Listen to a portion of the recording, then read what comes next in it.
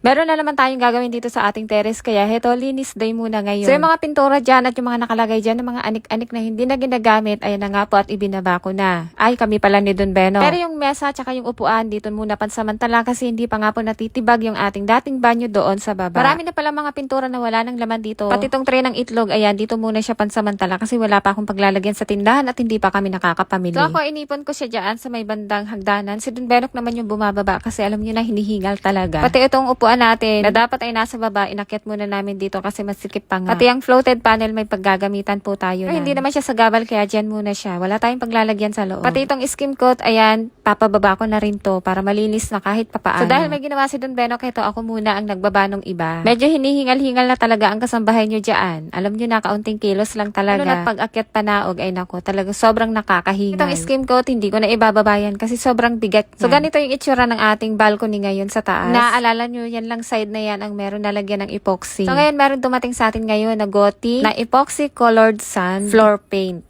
Eto, ibang brand to mga kasambahay kaysa dun sa dati nating ginamit. Kaya titingnan ko kung alin ba dito yung maganda. Pero dyan, hirap na hirap akong buksan. Sobrang nakasealed po talaga yan. Kaya walang natapon. Tapos ganyan na po yung pinaka-itsura niya. Ihahalo na lang po natin dyan yung parang tubig na langis. Parang ganun basta yun na yun.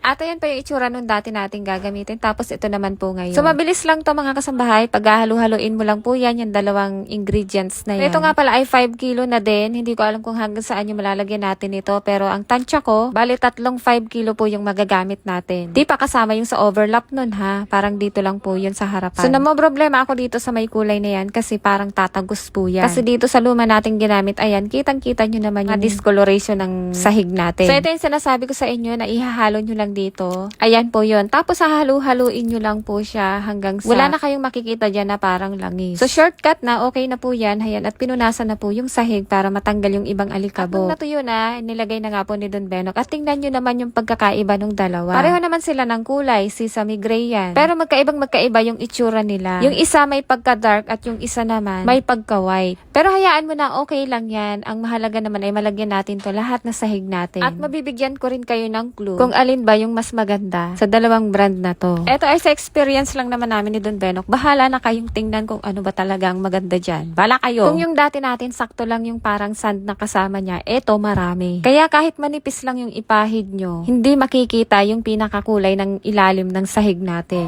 Pero hindi ko din alam dun sa luma ha, o masyado lang naming nanipisan talaga ng pagpahid nun. Kaya ganun yung kinalabasan. Basta't bahala na kayo mga kasambahay kung alin dyan yung pipiliin nyo, kung alin dyan yung magugustuhan nyo. Basta para sa amin ay pareho silang maganda, pareho silang self-leveling, at pareho po silang hindi tinatagusan ng tubig. Dito sa luma natin, masyado kasing manipis yung pahid namin, ayan, kita yung discoloration ng sahig natin. Pero dito sa bago nating ginagamit, ay hindi po siya kita. Ito ay honest review mga kasambahay ha, wala akong sinisiraan dito. Binibigyan ko lang kayo ng clue kung ano yung mas bet nyo at kung ano yung mas pinagkaiba ng dalawa. At sa paglalagay naman ito, pareho namang walang kahirap-hirap, mabilis lang din i-apply. At ang totoo po, ito ay medyo may kamahalan at kakaunti lang po talaga yung malalagyan. Kung ganito kalaki, yung lalagyan nyo ha. Pero kung lababo lang naman na maliit, o kaya yung banyo na maliit lang din ang space, ay siguro tingin ko mga kasambahay, kasya na po yung 5 kilo natin na ganito. Mahal siya, oo, pero sulit naman. Pero siguro kung makinis naman yung lalagyan nyo nito, gusto nyo lang siyang palitan o patungan ng ganito, madami-dami rin naman ang malalagyan nyo. Eto kasing balcony namin, malaki po talaga to. Kalahati nga po nitong balcony natin, pwede mo pa siyang gawing isa pang kwarto. Ito po ay tamang-tama sa mga hindi pa kayang magpa-tiles o kaya naman rough yung sahig nyo. Etong amin hard flex lang to ha. Tingin ko pwede rin to sa plywood o sa kahoy.